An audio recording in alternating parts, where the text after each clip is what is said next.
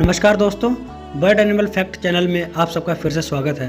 दोस्तों, आज हम जिस जानवर की बात करेंगे उसको जंगल का आतंकवादी भी कहते हैं। जी हाँ दोस्तों, आपने सही सुना। आज हम बात करेंगे लियोपार्ड यानी तेंदुए के बारे में। दोस्तों, लियोपार्ड यानी तेंदुआ, इसका साइंटिफिक नेम है पैंथेरा पैराडोस। चलिए दोस्तों, अब बात कर लेते हैं इसके आकार के बारे में। तेंदुआ की हाइट जो होती है वो 60 से 70 सेंटीमीटर होती है, यानी ज़मीन से ऊपर इसकी ऊंचाई 60 से 70 सेंटीमीटर की होती है। और अगर इसकी लंबाई की बात करें दोस्तों, तो यह लंबाई में 90 से 160 सेंटीमीटर तक हो सकता है, यानी मुंह से लेके पूंछ के आखिरी सिरे तक इसकी लंबाई लगभग 1.5 मीटर तक हो सकती है। और तेंदुए का वजन लगभग 31 से 35 किलो के बीच में होता है, और जो मादा तेंदुआ होती है उसका वजन 25 से 30 किलो तक हो सकता है। तेंदुए का जो स्किन कलर होता है वो light coloured with dark spots होता है दोस्तों।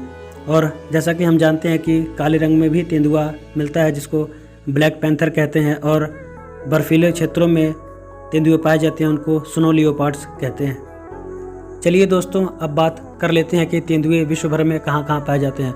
दोस्तों, विश्व भर में कुल 75 देशों में तेंदुए पाए जाते हैं, और यह मुख्यतः साउथ अफ्रीकन देशों में और एशियन देशों में पाए जाते हैं।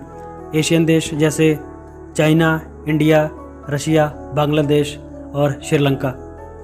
हमारे भारत देश में तेंदुए की जनसंख्या लगभग 12,000 से 14,000 के बीच में है, और यह भारत के लगभग हर एक नेशनल पार्क में पाया जाता है। सबसे ज़्यादा तेंदुए भारत के मध्य प्रदेश स्टेट में पाए जाते हैं, जहाँ पे इनकी जनसंख्या लगभग 3,500 के आसपास है। दोस्तों, अब हम तेंदुए के शिकार के बारे में बात कर लेते हैं। दोस्तों, तेंदुआ बैबून्स यानी जंगली बंदर, खरगोश, चूहे, पक्षी, जंगली सूअर, और कभी कभी जब ये तालाब के आसपास पानी पीने जाता है तो यह मछलियों का भी शिकार कर लेता है। छोटे हिरन, कुत्ते, भेड़ और बकरियों का भी शिकार कर लेता है। दोस्तों, तेंदुआ एक दिन में लगभग 4 से 6 किलो तक मांस खा लेता है, और यह लगभग 80 किलो तक भार को पेड़ पर लेकर चढ़ सकता है। दोस्तों, अगर बात करें पानी पीने में, तो तेंदुआ बहुत ही कम पानी पीता है, और यह लगभग 10 दिनों तक बिना पानी पिए रह सकता है, क्योंकि यह अपने पानी की पूर्ति जब यह जानवर का शिकार करता है तो उसके मौजूद पानी से ही कर लेता है। चलिए दोस्तों, बात कर लेते हैं तेंदुए के रफ्तार की। तो तेंदुआ 1 घंटे में लगभग 58 से 62 किलोमीटर तक दौड़ सकता है दोस्तों, और यह एक दिन में लगभग 12 से 14 घंटे तक सोता है। दोस्तों, अगर बात करें प्रजनन की, तो जो मादा लियोपार्ड होती है उसका गर्भकाल का समय 2 से 3 महीने तक होता है, और यह 2 से 3 कप्स को जन्म देती है, जो लगभग 2 से 2.5 साल में बड़े हो जाते हैं। अब हम बात करते हैं तेंदुए के अटैक स्टाइल की। दोस्तों, तेंदुआ बहुत ही चालाक होता है, और यह घास में छिपा रहता है।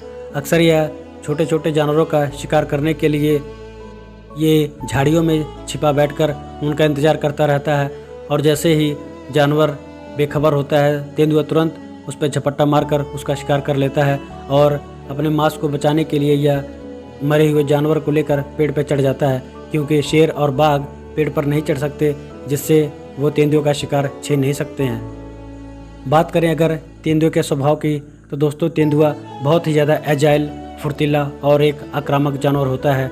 यह अक्सर रात को ही निकलता है, क्योंकि यह एक नॉक्टोरल जानवर है।